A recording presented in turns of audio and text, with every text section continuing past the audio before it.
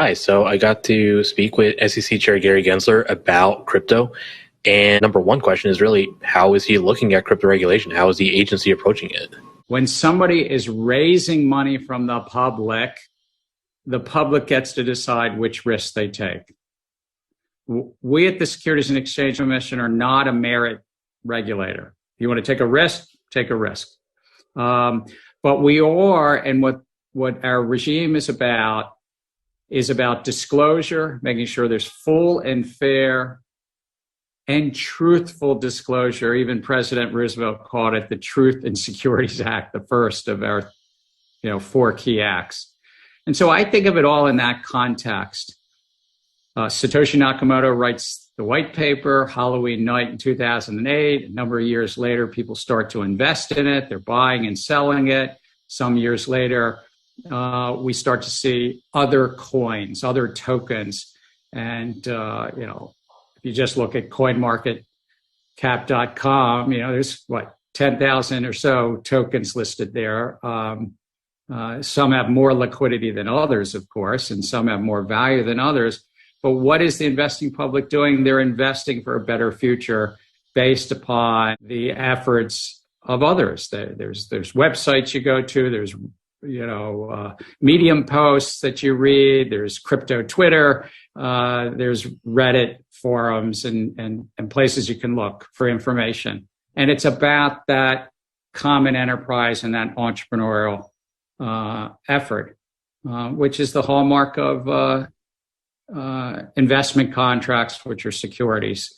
So I think that's where we are, is that most of the tokens meet the traditional standards that our Supreme Court has laid out, and that we, the SEC, have a role to help protect investors and instill and enhance trust in these markets. A lot of cryptocurrencies do resemble securities.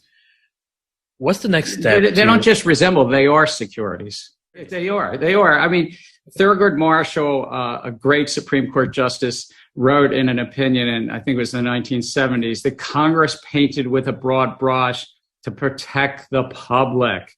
And when somebody is raising money from the public and the public anticipates a profit.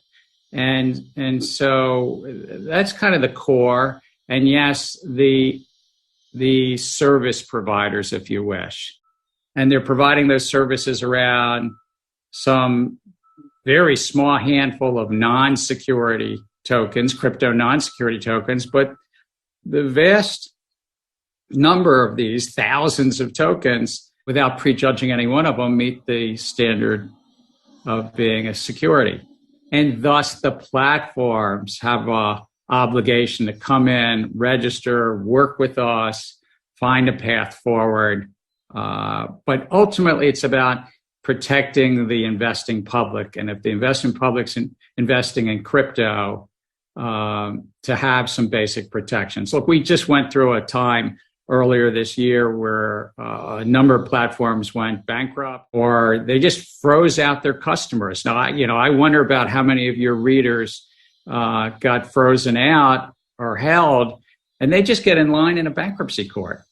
Or even if the platform started to honor their obligations, sometimes they were frozen for 3 hours or 3 days or a week.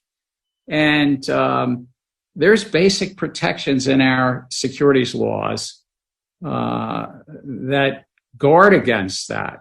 And what's more, right now, if you're investing on any one of these service providers' platforms, you're not getting those basic protections, ensuring against fraud, manipulation, what's called front running. Further, the platforms are an amalgam of different services. Not only are they doing what you might be familiar with at the New York Stock Exchange, but they are also doing things that they're acting as a broker against you. They're like an amalgam of dealers trading against their public, maybe trading ahead of you based upon your information as the investing public, that they could be trading ahead of you. And our securities laws say, no, that's not allowed.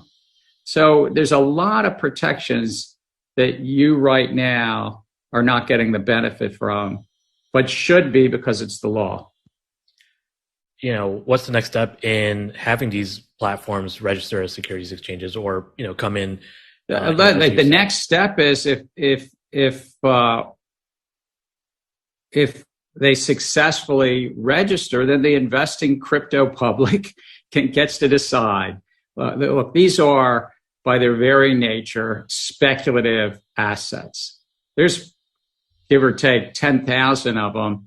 And pretty much any venture capitalist would probably tell you that most startups fail. That's just the nature of the economics of startups. And so the investing public, will get a fuller disclosure about those individual token projects.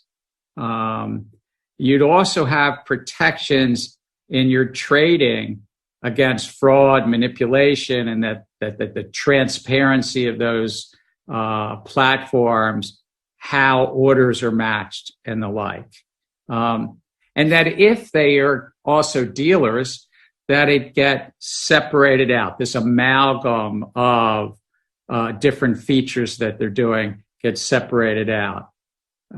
If you have a desire to take your crypto and lend it, that you actually have some disclosures that the service provider providing you that interest.